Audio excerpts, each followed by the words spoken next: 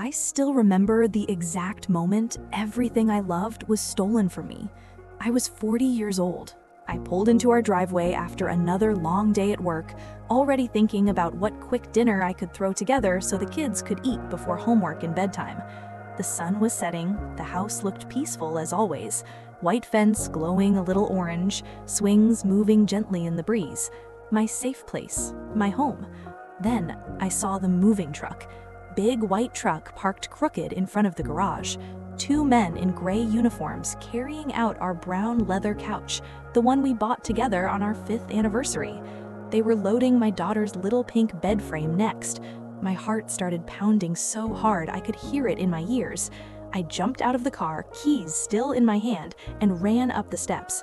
There he was, my husband of 15 years, Mike, standing on the porch with his arms crossed, a strange, satisfied smile on his face.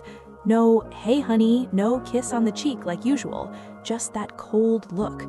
He opened his mouth and said the words that still echo in my head every single night. "I sold the house, Sarah. It's done. Time for a fresh start. Without you." I froze. The keys slipped from my fingers and clattered on the wooden porch. The world tilted. I felt like someone had punched me straight in the chest. Air wouldn't come in right. "What?" I whispered. My voice sounded small, like it belonged to someone else. "You heard me," he said, shrugging like he was talking about canceling a pizza order. "The papers are signed, the buyers are closing next week. You should start packing what's yours." I looked past him into the house. Boxes everywhere. Our wedding photo taken off the wall. The kids' drawings that had been taped to the fridge for years, gone. My legs felt weak. I grabbed the porch railing so I wouldn't fall. This was our home, the home I fought for, the home I paid for, the home I dreamed about since I was a little girl. Let me take you back so you understand why this hurts so deep. I'm Sarah. I turned 40 that year. I work as a marketing manager. Long hours, lots of stress, but I love what I do. We have 2 kids, Jake, 10, crazy about soccer, always muddy from practice, and Lily, 7, who fills every notebook with colorful drawings of flowers and unicorns. Mike and I got married when we were young and hopeful. At first, everything felt perfect, but life got hard. He lost jobs, once, twice, then long stretches of nothing. Months turned into a year sometimes. The bills never stopped coming, but I never let them crush us. I worked 2 jobs for years, days at the office, nights on my laptop doing freelance design until my eyes burned. I paid the mortgage every month. I bought school clothes, paid for soccer cleats and art supplies, fixed the roof when it leaked, replaced the water heater when it died. I forgave him every time he said, "I'm trying, babe." I believed him because I loved him, because we were a team, or so I thought. That house wasn't just any house. It came from money my parents left me when they passed. Small, but enough for a down payment if I was careful. I put the deed in my name only. I told myself it was just to be safe in case something happened. I never imagined something would be my own husband selling it behind my back. For years, I came home to that house and felt peace. Mornings with coffee and the kids giggling, evenings with family dinners where Mike would make silly jokes and I would laugh until my sides hurt. At 40, I looked around and thought, we made it. I built something real. Until that Tuesday. I stood there on the porch staring at the man I thought I would grow old with, while strangers carried away pieces of my life. He didn't even look sorry. He just said, "You can stay with your sister tonight. I'll send your things later." And he closed the door in my face, locked me out of my own home.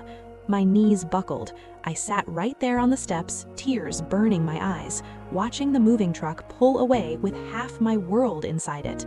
I had no idea what he had really done. I had no clue he forged my name on those papers.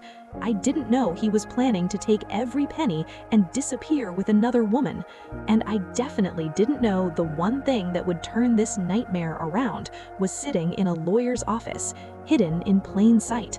The deed still in my name only. But that discovery? That came later.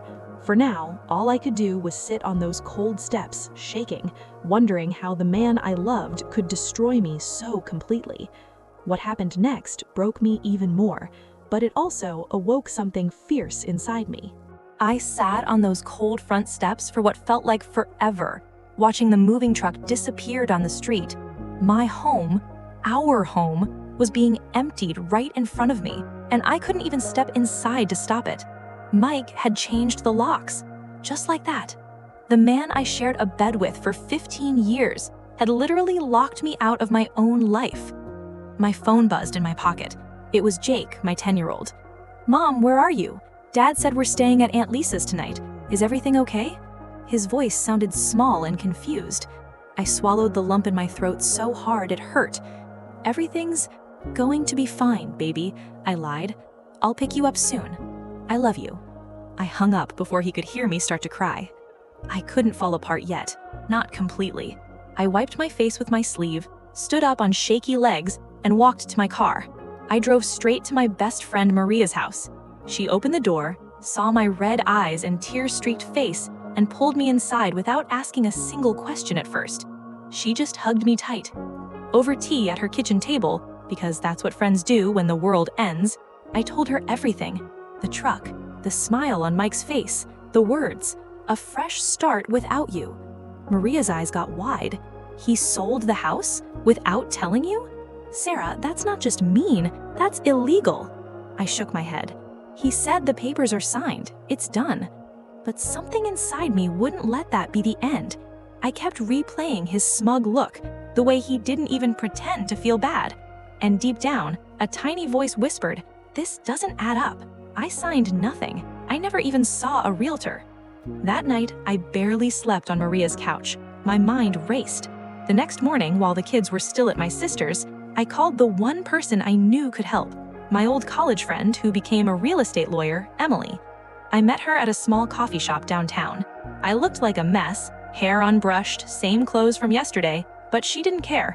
She listened quietly while I spilled every detail. When I finished, she leaned forward. "Sarah, show me any paperwork you have. Mortgage statements, tax records, anything with the deed." I pulled out my phone and opened the folder where I kept digital copies of important things. I found the original deed from when I bought the house with my inheritance money. I slid the phone to her. Emily's eyes scanned it. Then she looked up at me, and for the first time since the truck pulled away, I saw something like hope. "Sarah," she said slowly, "this deed is in your name only, not joint, not Mike's name anywhere. You never added him." My heart jumped. "But he said he sold it. He said it's done." Emily shook her head. "If he forged your signature, or even if he tricked someone into thinking it was legit, the sale is invalid. You still own this house, legally, completely. He can't sell what isn't his." I stared at her. The words felt too big, too good to be true. "So I'm not losing it?" "Not if we move fast," she said. "We need to check the county records, see if the sale even went through yet. And we need evidence, bank statements, texts, anything showing he's been hiding money or planning this." My hands started shaking, not from fear this time, but from a spark of anger mixed with something stronger. Relief? Power? I don't know, but for the first time since he locked that door, I felt like I could breathe again. That afternoon, Emily pulled strings and got access to the preliminary closing documents. Sure enough, my signature looked like mine, but it wasn't. The little loop on the S was wrong. I always make it bigger. Someone had copied it badly. And there was more. Emily found emails between Mike and a title company. He'd been rushing the process. Why? Because he needed cash fast. That's when the next bomb dropped. Emily showed me a text Mike sent to someone saved as "Babe, Kiss," a number I didn't recognize. "Closing next Friday. We'll have the money and be gone before she figures it out. Can't wait to start our life." My stomach twisted. Another woman. He wasn't just selling our home. He was running away with someone else and taking everything I'd built. I felt sick. Betrayed doesn't even cover it. It was like someone reached inside my chest and ripped out trust itself. But Emily put her hand on mine.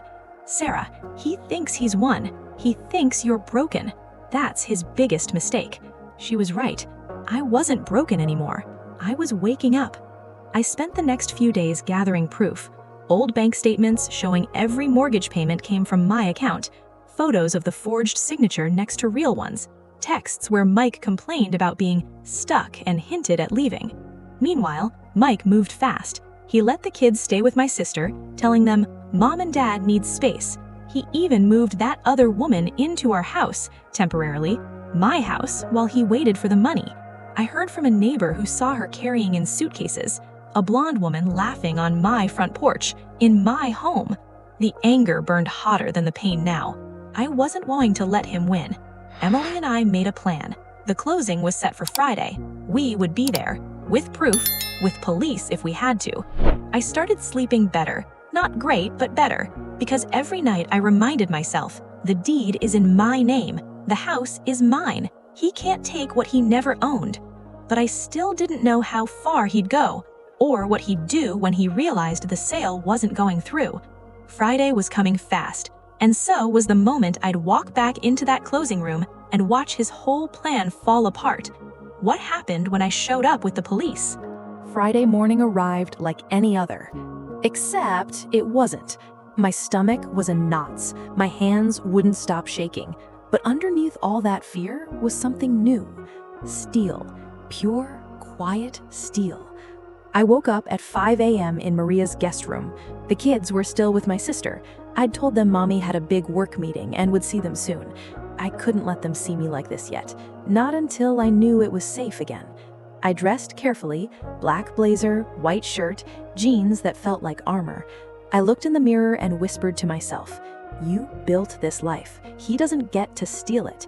Then I grabbed my folder, the one Emily helped me prepare. Forgery signature comparison, deed copy, mortgage payment history, bank records showing every dollar came from me, and a printed screenshot of that text to "Babe," kissy emoji. Emily met me outside the title company's office at 9:30 sharp. 2 police officers waited with us, quiet, professional, there because Emily had called ahead and explained the fraud, forgery, possible theft. They didn't say much, just nodded and stood ready. Inside, the closing room smelled like fresh coffee and new carpet, a long table, the buyers, nice older couple, already seated, the title agent shuffling papers, and then Mike walked in. He looked good, too good. New haircut, pressed shirt, that same confident smile he used to flash when he'd charm his way out of trouble. He didn't see me at first. He was laughing with the agent, shaking hands like this was just another normal day. Then he turned. Our eyes locked. His smile vanished. Color drained from his face so fast I almost felt sorry for him. Almost. "Sarah?" His voice cracked. "What the hell are you doing here?"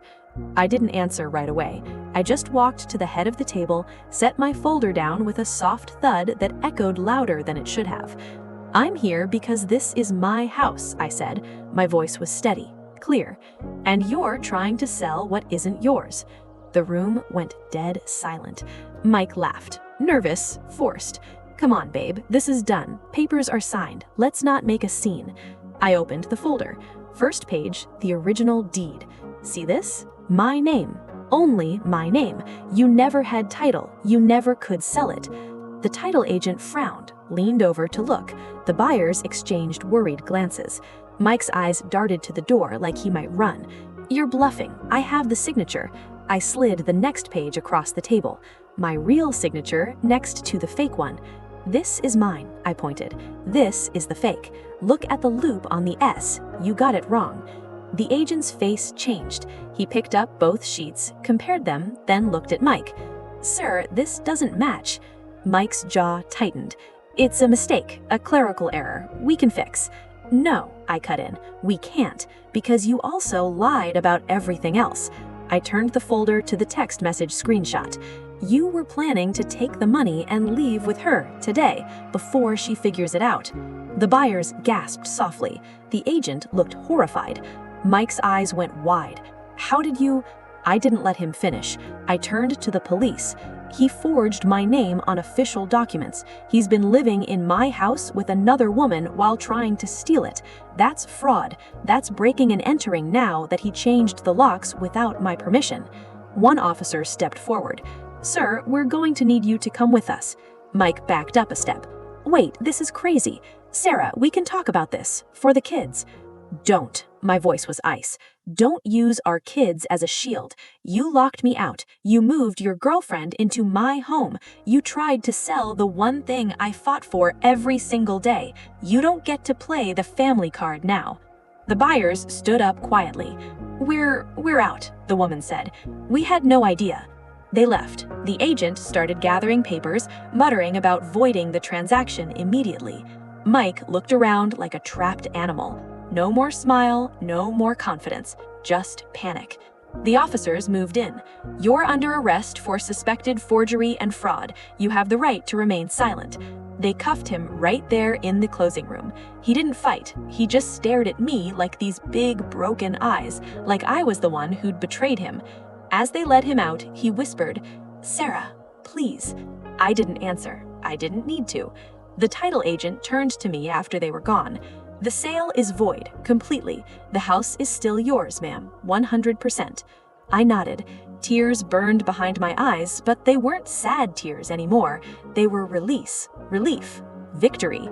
I walked out of that building into bright sunlight. Emily hugged me so tight I could barely breathe. "You did it," she said. "You took it back." I drove straight to my sister's house. The kids ran to me the second I opened the door. Jake hugged my waist. Lily jumped into my arms. I held them both and cried. Quiet, happy tears this time. That night, I went home. My home. The locks were already being changed back. Emily had arranged a locksmith. I walked through every room. Some things were gone, his clothes, some furniture he'd taken, but the heart of it was still there. The kids' drawings on the fridge, my parents' old photo on the mantle, the swing set in the backyard. I sat on the couch, the one they hadn't taken yet, and just breathed. Mike, he didn't get a dime. The sale fell through, he lost his deposit money trying to rush it, he got charged, he lost his freedom for a while, and when the divorce papers came, he had nothing left to fight with. I kept the house. I turned it into our real haven again. Painted the walls brighter colors, planted flowers with the kids, hosted family dinners where laughter filled every corner. At 40, I thought my life was over when he locked that door. But no, at 40, my real life finally began. The moral? Trust deeds over words. Always check the papers, and never, ever let someone make you believe you're powerless when the truth is written in black and white. If this story touched you, if you've ever had to fight for what's yours, know this: you're stronger than the betrayal. You can rise. You can win. Thank you for staying with me through all 3 parts. If you want more real stories of women reclaiming their power, subscribe and hit the bell. There are so many more waiting. And remember, your name on the deed, that's your power. Never forget it. The days after the closing room confrontation felt like waking up from a long, terrible nightmare. Except I wasn't just waking up, I was stepping into sunlight for the first time in years. I changed the locks that very afternoon. New keys, new security cameras on the porch, the ones Mike never wanted because they're too much hassle. When the locksmith finished, he handed me the shiny set and said, "Ma'am, this house is yours again. Nobody gets in without your say-so." I smiled so wide my cheeks hurt. It was the first real smile in what felt like forever. The kids came home the next day. I didn't tell them every ugly detail, not yet. They were too young for the full weight of betrayal.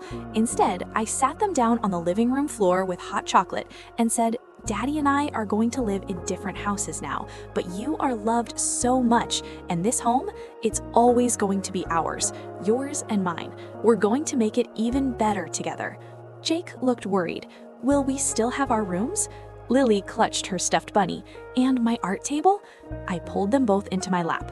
"Yes, baby, and we're going to paint your walls whatever color you want. Pink unicorns for you, soccer green for Jake. Deal?"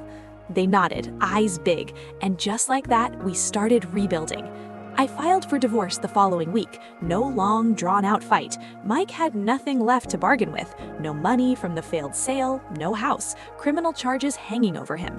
His lawyer called mine once, trying to push for joint custody or some alimony nonsense. Emily laughed on the phone when she told me, "He's got court fees, restitution to pay back the title company for the fraud attempt, and he's looking at probation at best. He's got zero leverage." The papers were signed quickly. I kept the house, full custody, with supervised visits once he got his life together, if he ever did, and child support he could barely afford. I didn't care about the money. I cared about peace.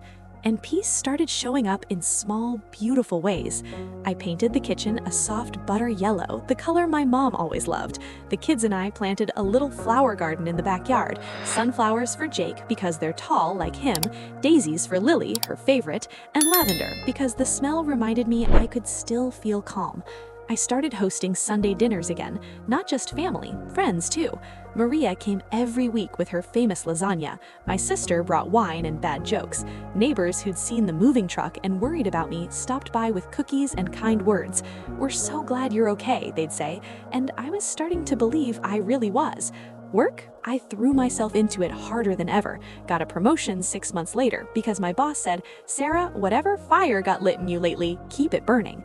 I laughed. If only she knew it was betrayal that lit the match. Mike, I heard bits and pieces through mutual friends. He moved in with that woman for a while, but it didn't last. She left when the money dried up and the drama got too heavy. Last I heard, he was crashing on a friend's couch, working odd jobs, still owing money on lawyer fees, broke, alone, homeless in every way that mattered. And me? At 40, I wasn't starting over. I was upgrading. The house became our sanctuary again. Movie nights on the couch with extra blankets, dance parties in the kitchen while dinner cooked, late night talks with the kids when they couldn't sleep, about dreams, fears, and how strong we all are. One evening, about a year later, Lily came running in from the backyard holding a daisy chain she'd made. She put it on my head like a crown and said, "Mommy, you're the queen of our castle now." I teared up. Jake rolled his eyes but grinned. "She's right, Mom. You won." I looked around at the walls we'd painted, the laughter echoing, the life we'd protected and rebuilt. Yes, I won. The deed twist didn't just save the house, it saved me. It reminded me that sometimes the greatest power isn't in fighting back with anger, it's in knowing the truth, standing in it, and refusing to let anyone rewrite your story.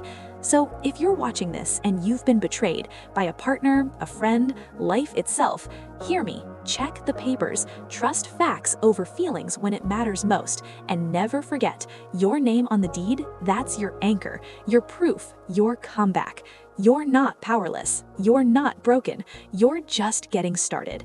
Thank you for walking this journey with me through all 4 parts. If Sarah's story moved you, if it reminded you of your own strength, drop a like, share it with someone who needs to hear it, and subscribe for more real stories of women rising stronger than ever. Because the best revenge? Living well, loving hard, and keeping what's yours. It's been over a year since that Friday in the title company's office, since I watched the color drain from Mike's face and heard the click of those handcuffs. Sometimes I still wake up in the middle of the night, heart racing, thinking the moving truck is back in the driveway. Then I open my eyes, see the soft glow of the nightlight in the hallway, hear Lily's gentle breathing from the next room, and I remember, it's over. I won. We won. But winning wasn't the end. It was the beginning of something I never expected. I started small, really small. One Saturday morning, I woke up before the kids and made pancakes, the fluffy kind with chocolate chips that Jake always begged for. I set the table with the good plates, the ones we only used for birthdays. When they stumbled in sleepy-eyed and saw the stack, their faces lit up like Christmas morning. "Mom, what's the occasion?" Jake asked, already reaching for the syrup. I smiled. "No occasion, just because I love you guys. And because we can." That became our new normal. Little celebrations for no reason at all. Ice cream on Tuesdays, dance parties in the living room after homework, painting sessions where we covered an old bedsheet with every color in the box and hung the messy masterpieces on the walls like fine art. The house changed too, not just the paint. I finally fixed the creaky back porch step Mike always said he'd get to someday. I hung string lights across the backyard fence so we could eat dinner outside even when the sun went down. I planted a vegetable garden with the kids. Tomatoes, basil, little carrots that tasted like victory when we pulled them up. People noticed. My sister said I looked 10 years younger. Maria told me my eyes sparkled again. Even my boss pulled me aside one day and said, "Whatever you're doing, keep doing it. You're glowing." Glowing. I hadn't heard that word about myself in so long, I almost forgot what it felt like. I started dating again, slowly, carefully. Coffee dates, not dinner dates. Walks in the park, not movies. I told every man up front, I have 2 kids, a full life, and 0 tolerance for games.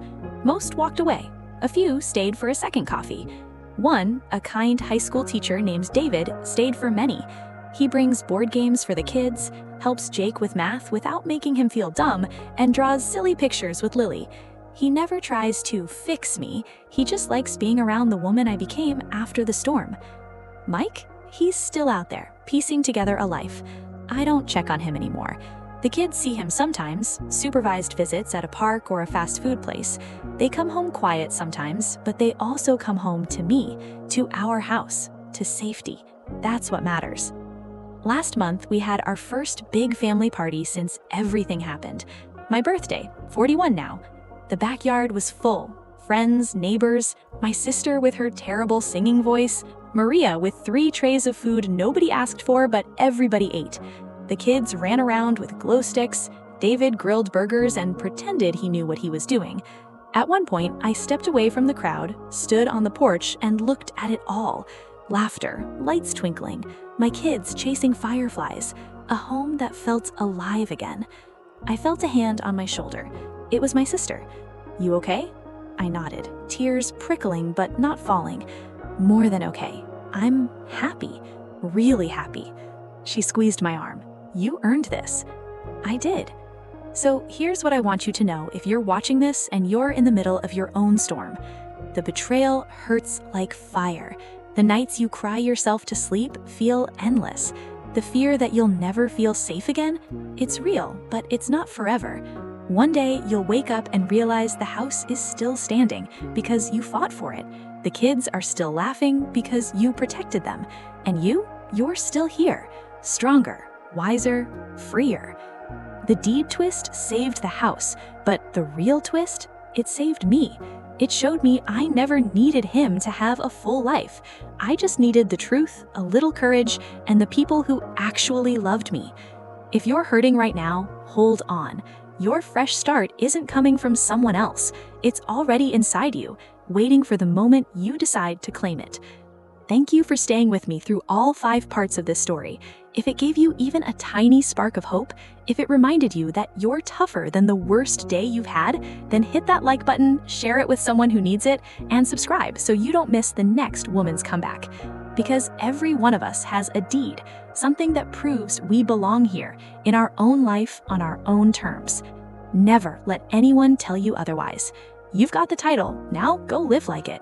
5 years. It's hard to believe sometimes. 5 years since I stood on that porch watching strangers carry away pieces of my life, since Mike's cold words sliced through me like glass, a fresh start without you.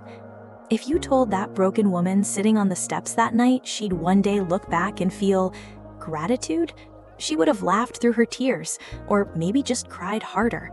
But here I am, 45 now, and if I could go back and hug her, the version of me who thought everything was ending, I'd whisper one thing: you're not losing your life, you're about to find the real one. The house is still here, of course, but it's different now, warmer, louder in the best way. The yellow kitchen walls are covered in new photos, Jake in his high school soccer jersey holding a trophy, Lily's first art show ribbon pinned next to her self-portrait that won Best in Show last spring. The backyard garden we planted together has grown wild and beautiful.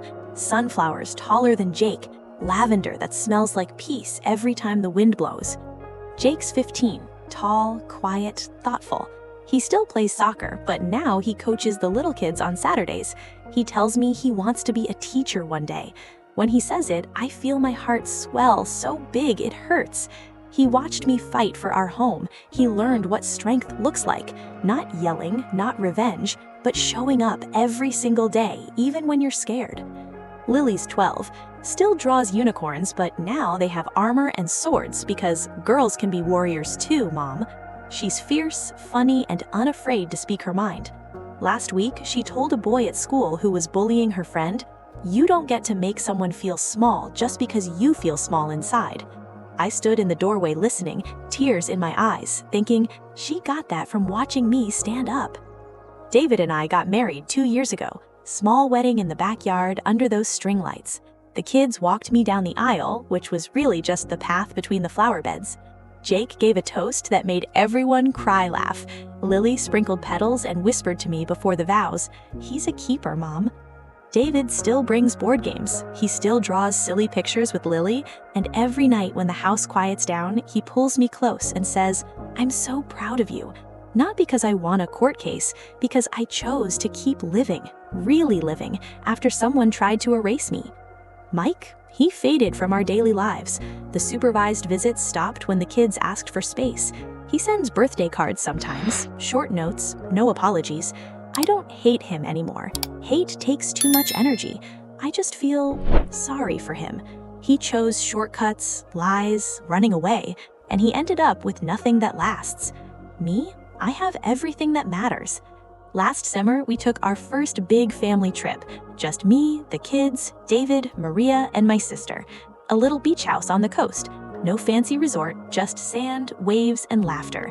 One evening, I sat on the porch watching Jake teach Lily how to skimboard, David grilling fish, Maria dancing badly to an old song on her phone. I felt it then, deep in my bones. This is what winning looks like. Not the moment the cuffs clicked on him, not even keeping the house. Winning is waking up 5 years later and realizing your heart is full, your kids are thriving, your home feels like love instead of fear, and you're no longer afraid to trust again. If you're watching this and you're still in the ashes of your own betrayal, whether it's a partner, a job, a friendship, or life itself, please hear me. The pain is real. The nights feel endless. But time plus truth plus tiny brave steps equals something beautiful you can't see yet. Your deed, whatever it is, might be a house title, a bank account, your kids' trust, your own self-respect, your dreams you tucked away. Whatever it is, protect it. Fight for it, because when the dust settles, that's what remains. And one day, years from now, you'll look back and realize the hardest thing that ever happened to you was also the thing that set you free. Thank you for staying with me through all 6 parts of this journey. From the porch steps to this moment of peace, it means the world that you walked it with me. If Sarah's story gave you strength, hope, or even just a reminder that you're not alone, please like, share, and subscribe. There are so many more women and men out there reclaiming their lives, and I want you to hear every single one. Because the truth is simple. You hold the title to your own story. Never let anyone convince you to sign it away. You've got this, and when you come out the other side, you'll be unstoppable. 10 years. A full decade since the day I stood frozen on that porch, watching my life being packed into a truck, while the man I loved told me I no longer belonged in it. If you had shown that 40-year-old Sarah a photo of today's me, 45 going on 50 in the best way, she wouldn't have believed it was possible. She was too busy trying not to drown in hurt, shame, and questions that had no answers. But time doesn't just pass. Sometimes it rebuilds you, brick by brick, memory by memory, choice by choice. The house is still standing, stronger than ever. We added a small sunroom off the kitchen last year. It's my favorite spot now. Big windows, cozy reading chair, plants everywhere. I sit there every morning with coffee, watching the sunrise paint the backyard gold. That view, it still feels like a gift I almost lost. Jake is 20. He's in his 2nd year of college studying education. He wants to teach middle school kids. Says he remembers how much it meant when a teacher believed in him during the hard months when his dad disappeared from daily life. He calls me every Sunday night, no matter how busy he is. Last call, he said, "Mom, I tell my friends you're the strongest person I know. Not because you won in court, because you never stopped showing up for us." I cried after we hung up. Happy tears, the kind that heal old wounds. Lily is 17, senior year. She's applying to art schools, got accepted to her first choice program with a full scholarship. Her portfolio? It's full of pieces about resilience, broken houses being rebuilt, women wearing crowns made of thorns that turned into flowers, portraits of me that make me look like a warrior queen. She titled one "The Deed." When I asked why, she said, "Because that piece of paper didn't just save the house, Mom. It saved you, and you saved us. David and I celebrated our 7th wedding anniversary last month.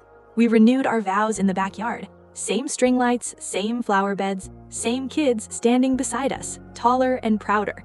Jake officiated. He got ordained online for fun. Lily read a poem she wrote. Maria cried louder than anyone. We danced barefoot on the grass until midnight. Simple, perfect, ours. Mike passed away 2 years ago. Heart attack.